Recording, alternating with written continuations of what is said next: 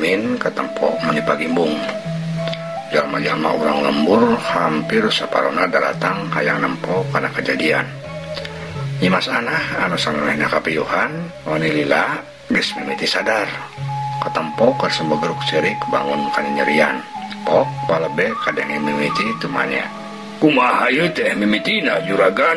Kumaha kajadianna? Cek palebe tumanya ka Nyimas Anah. Samemeh nembalan Nyimas Anah ngusapan heula cai matana. Tuluy dedak-dak Nyimas Anah nyaritakeun sakabeh kajadian.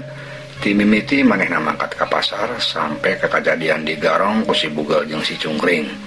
Tapi ari kejadian Nyimas Anah embung naik sadomah teu dijelaskeun. Dangureun manehna teh era. Sakur nu ngadenge carita Nyimas Anah meni kumecek kabehana katempo meni baluas. Tah kitu kajantenan mah kalebe cek Nyimas Anah mungkas caritana. Satuluna sumegruk deui ceurik meni ka nyerian. Tas juragan ulah ditangisan teuing. Sakur nu kajantenan eta teh tos kaputusan tina Maha Kawasa. Ayeuna mah anggur dongakeun mudah-mudahan juragan Samin teh sing ditampi iman Islamna ditetepkeun di tempat anu sae mungguh Allah. Cemarni ngalalemu Nyimas Anah ti ditu mah. Atuh dah kuring teh lain kalingitan bae salah ki Cemarni.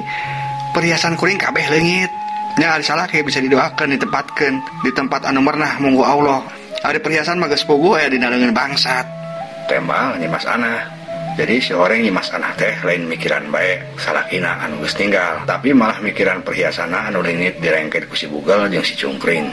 Nu aya di dinya si diheret ngadenge omongan Nyimas Anah kitu teh. Dasar jalma kadunyan. Disangka teh heueuh mikiran salakina anu geus tiladunya. Ih, kalah mikiran banda. Cek salah saurang jalma kadenge kukulutus tapi rada harewos. Palebe ngareret tuluy molotot ka eta jelema. Ari ngomong teh ulah sok macem-macem. Urang kudu nyaho kana sifat masing-masing. Geus puguh Nyimas Anah teh tiba heulana ge kadunyan. Teu kudu diomongkeun deui. Cek palbe nyaram ka eta jalma ngomong macem-macem, nyaram ulah ngomongkeun Nyimas Anah anu kadunyan, tapi manehna oge kalah ngomongkeun Nyimas Anah, cek manehna ge kadunyan. Geus ayeuna ulah ditarampokeun bae. Anggur geuwat layon teh bawa ka imah. Karunya cek tua kampung bari tuluy ngaredet ka si Usrip anu katempo keur lowa-lowe pinggirin layon juragan Samin. Jang Usrip, sok eueuh tah dibantuan ku tiluan, bawa layon juragan Samin teh ka lembur. Mang Oman, Mang Jalim, Mang Boil, bantuan yang Usrip. Cek tua kampung bari parentah. Mangga batua, tembal Mang Oman. Hari si Usrip teu loba omong, mantap genyang bae manehna tuluy ngagotong layon juragan Samin dibantuan ku tiluan. Terus bring bae kabehan ngabring ka lembur ngiringkeun layon juragan Samin. Ari Nyimas Anah dipapayang ku Cemarni da leumpangna katempo mun lilis pisan. Cag urang tunda heula.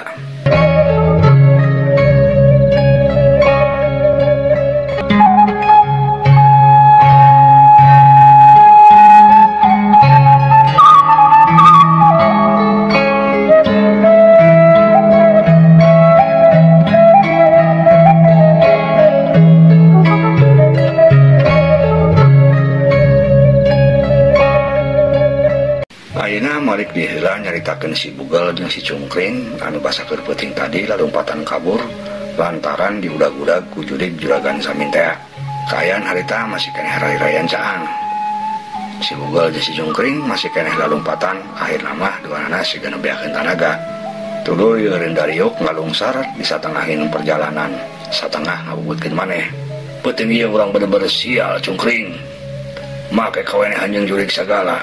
Dewek masa umur nyuwun hulu ka karek manggihan nu kitu. Cek si Bugel bari diuk mencetan betisna. Heueuh kakak, uing ge sarua. Saumur-umur nyuwun hulu nu ieu, uing ge karek manggihan jurig bungkulkan mah kakak. Tembal si Cungkring. Lah, ari sia ngomong teh sok padu ngacapruk bae. Emang sia pernah boga hulu sabarasiki. Make ngomong saumur-umur nyuwun hulu nu ieu sagala. Ji, ari si kakak. Cek paribasa eta teh kakak. Lah, si kakak mah buper. Geus lah kumaha sia bae. Anggur mah urang cuang neangan warung, beuteung aing geus lapar ieu, luat. Ayo atuh kakak, da uing ge sarua, geus menta eusi beuteung teh. Tuluy duanana narangtung maleumpang mani ngalenghoy mabayan jalan satapak. Leop mengkol deui ka jalan penemburan. Tuluy mah blas asup ka hiji lembur. Ari ieu lembur naon Cungkring? dewek masa kakarek nincak lembur ieu teh euy. Cek si Bugal nanya bari matana rurat-reret nempoan kaayaan di eta tempat. Teuing atuh kakak, lamun si kakak karek nincak lembur ieu sarua atuh uing ge. Pan ari uing teh salilana ge bareng baju si kakak. Tembal si Cungkring, heuh atuh geus kajeun. Rek lembur naon, nu penting mah urang cuang neangan warung. Ieu beuteung aing geus beuki kukurubukan euy. Cek si Bugal. Tuluy manehna laleumpang deui mapayan jalan lembur dituturkeun ku si Cungkring. Hari-harita kaayaan geus beuki caang, sora hayam embe jeung sato-sato lembur lainna geus mimiti rayang patembalan. Katempo jalma-jalma oge geus mimiti indit ka pagaweana masing-masing.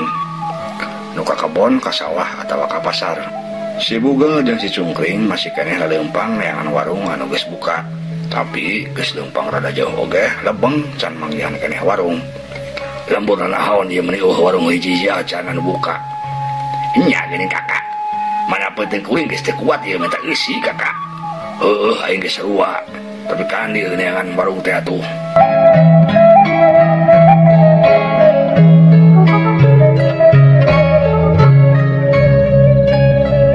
Kitular aya dua orang jalma ngaliwat, anu saurang bari memanggul pacul, anu saurang deui ridu ku babawaan mawa nyiru, anu dina nyiru teh katempona aya tumpeng bakakak hayam oge siga aya sasajen. Nempok itu si Bugal jeung si Cungkring anu geus lapar teh meuni ku metap. Si Bugal terus narik leungeun si Cungkring haharewasan. Jeuleuh ku maneh, itu aya dua jalma euy, sigana anu saurang mawa tumpeng. Si Cungkring mencerong ka jalma anu keleumpang. Nya kakak, uing ge kalah kabita euy. Terus kudu kumaha ye kakak? Cuang karong bae sugan tumpengna. Ieu beuteung uing geus teu kuat kakak, teu kuatin pisan. Pontong atuh belegug sia mah, neangan bicirakaeun ngaranna lamun di garong mah. Atuh terus kudu kumaha atuh kakak? Cuang tuturkeun. Biasana lamun nu kitu teh rek nyuguh di sawah. Tah lamun maranehna geus arindit cuang hakan tumpengna. Oh heuh atuh kakak. Uing satuju pisan lamun kitu mah. Pinter si kakak teh geuning. Si Bugal teu nembalan. Tuluy manehna leumpang laleunan nuturkeun dua jalma tadi anu mawa susuguh teh dituturkeun ku si Cungkring. Si horeng bener dua jalma teh laleumpang menuju ka sawah. Ngan barang nyampe ka hiji tempat anu di dinya teh aya tangkal gede, dua jalma eta teh hareureun. Katempo di dinya geus aya sabaraha urang jalma nu sejenna nalungguhan. Sanggeus anjog ka tangkal gede, cak tumpeng susuguh teh ditunda handapkeun tangkal. Terus anu mawa pacul kadenge nyarita. Tah, geus siap susuguh mah. Sing berang teuing lah geuwat mimitian bae nyuguhna aki. Cek eta jalma. Nya atuh hayu. Sok kabehan ngariung ka dieu. Tema seorang aki-aki anu make iket barang-barang semplak, pakaiana sing sarua bodas, meureun eta teh dukuna. Geus ngadenge kitu mah kabehana nu aya di dinya tuluy ngariung. Ari si Bugal jeung si Cungkring muliwed kana hiji rungkun teu pati jauh ti tangkal gede. Teuila dukun anu make pakaian sing sarua hideung teh mimiti kadenge macajang jawokan babakti ti ditu nama. Aturan ka uyut anu ngageugeuh di ieu tempat. Si abdi sareng rencangan sejaba bakti ngaturkeun sangu tumpeng sapuratina katambih ku bakakak hayam, kopi pahit sareng kopi manis, bubur bodas sareng bubur beureum. Alit anu disangkakeun, ageung anu disuhunkeun. Cek eta si aki dukun. Tuluy ngukus menyan, peledug hasupna meni meledug ngelun ka luhur. Kadenge omongan dukun kitu si Bugal jeung si Cungkring meuni nyelengir. Hampir bae duanana teu kuat teuing narahang seuri. Malah si Bugal mah tungtungna boga niat hayang ngagawean sagala ka eta jalma-jalma anu keur nyaruguh teh. Kot si Bugal nyokot duit receh tina saku bajuna. Tuluy beluwer eta duit teh dialungkeun ka luhur. Dikira-kira sangkan ragrag kana susuguh. Si horeng beneran pisan. Kolotrak duit teh ragrag dina luhur nyiru wadah tumpeng. Atuh kawe jalma nu aya di dinya luas. Anu tadina tunggul ngorejat. Tumpat tempok ka luhur hayang nyaho ti mana ragragna eta duit. Tuluy silih reret. Tapi bulu pundukna kabeh ge jadi karasa nguringkak. Tuluy ngadeukeutan dukun nyarakelan leungeunna. Atuh si dukun teh jadi ngarasa risih. Ieu nahan ngarekelan leungeun aing. Halik sia halik ka ditu. Aing resi bari nage halik si halik. Cek si dukun bari nyingkang-nyingkangkeun leungeunna. Kuring mah sieun api eta geuning aya duit receh ragrag ti luhur. Cek salah saurang. Cicing siana motong sieun. Nu kitu teh ngaranna milik cieu. Susuguh urang tanda ning ditarima ku uyut. tembal aki dukun.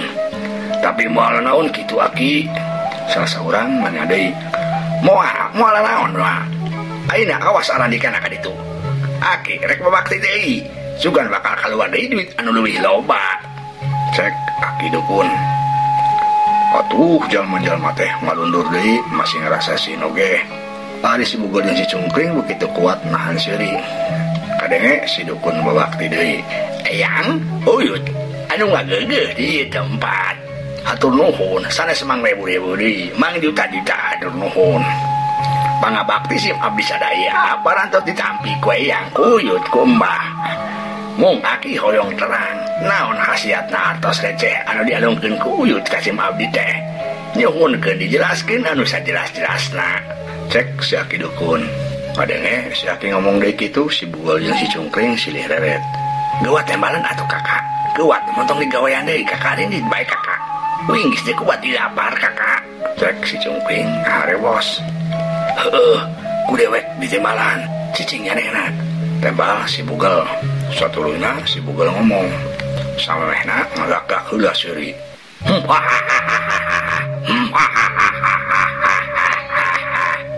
Syukur aki katarima pisan pangabakti Andika ku kaula. Ayeuna Andika guat arindit lantaran beuteung aing geus lapar. Guat arindit ka ditu. Ulah lila-lila di dieu. Halik sia ka dari ditu. Cek si Boga. Atuh jalma-jalma nu aya di dinya teh mending hararenjag barang ngadenge soratan katinggalan. Red ka ditu red ka dieu da usah saha. Rei bulu-bundukna kabeh ge karasa ngarei. Aki eta kumaha? Hayu urang ini taki. Itu cek uyut da urang kudu arindit. Cek salah saurang. Heueuh ku aki ge kadenge. Tapi uyutna can mere nyaho khasiatna eta duit. Cicing heula. Aki rek nanya deui heula. Tembal si aki dukun. Tuluy si aki dukun teh kadenge ngomong deui. Sumuhun, aki sadaya parantos mireng. Aki sadaya bade mios. Tapi aki sakali dihoyong terang. Naon khasiatna ari artos anu dipasihkeun. Cek si aki deui bari acong-acongan nyembah.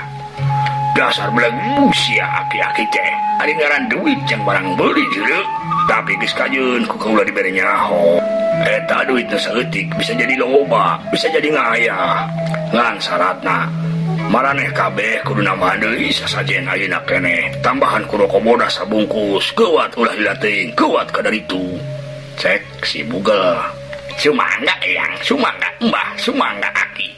Abdi sadaya bade ngalaksanakeun parentah eyang, parentah uyut, parentah embah. Hatur nuhun satriacana. Cek si aki dukun. Satuluyna si aki dukun malik ka jalma-jalma anu ngarariung. Kadenge lain kumaraneh kabehan. Kuat baralik heula. Urang kudu nyadiakeun deui sasajen anu leuwih loba. Eta parentah ti ayang, eta parentah ti uyut, eta parentah ti embah. Sakabeh anu aya di dinya nanyakeun. Katempo marehna mundur tuluy arindit. Sanggeus si aki dukun jeung jalma nu sejen arindit, si Bugol jeung si Cungkring kalaluar ti panyumputana. Tuluy muru ka tempat sasajen. Duanana geus teu salabar hayang ngahanca tumpeng jeung bakakak hayam anu aya di dinya. Dasar medikeun deui urang kakak. Dahar teh kudu meuli ayeuna nyadiakeun gratis. Cek si Cungkring. Bener. Teteh lah panggih jeung jurig teh kalah menang milik euy. Tembal si Bugel. Si Bugel jeung si Cungkring tuluy marurak tumpeng di wadahan kana daun anu geus disadiakeun. Tapi barang nyokot bakakak hayam maranehna kalah parebut. Dadana nu aing sia. Cek si Bugel bari narik bakakak. Teu bisa kakak. Uing ge sarua boga hak nyokot dadana. Si Cungkring embung eleh. Manehna oge tuluy ngabebenyeng bakakak. Tungtungna mah kalah pabenyeng-benyeng. Si Bugel ambak haok nyarekan si Cungkring menitarik pisan sorana. Goblok sia, carutak sia ka aing. Rek dibikeun sia moal ada hayam ka aing. Cek si Bugel bari molotot. Si Cungkring tetep embung eleh. Teu bisa kakak. Soal dahareun mah kuring ge sarua boga hak kakak. Moal ku uing moal dibikeun. Sia nangtang ka aing. Aing nangtang kakak, tapi ngabelaan hak. Cek agama ge wajib ari kudu ngabelaan hak mah. Cek si Cungkring. Keukeuh. Tungtungna mah duanana jadi raribut parebut bakakak. Sora raributna si Bugol jeung si Cungkring kadarengieun ku jalma-jalma anu tos nyuguh tadi. Atuh kabehanana areureun. Keke aki, sadaya nu raribut geuning.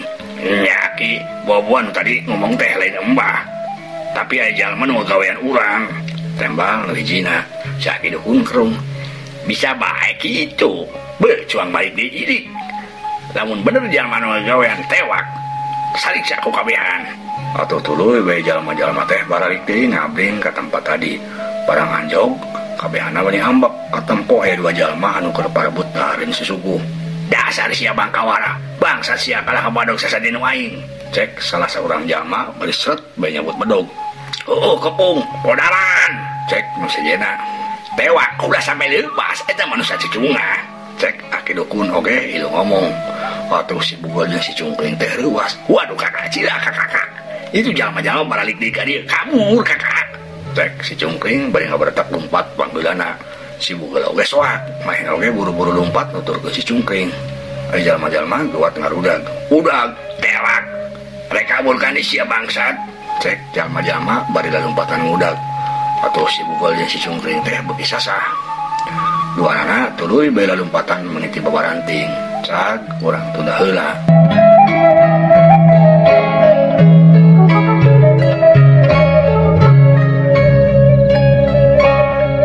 Aina balik deui nyaritakeun kaayaan di lembur Cihaur. Layon juragan Samin geus rengse di mandian jeung di solatan. Satuluna layon teh dibawa ke astana diiring-iring ku jalma loba. Tapi karek teh anjog di satengahing perjalanan ujug-ujug hiuk angin nggelebug.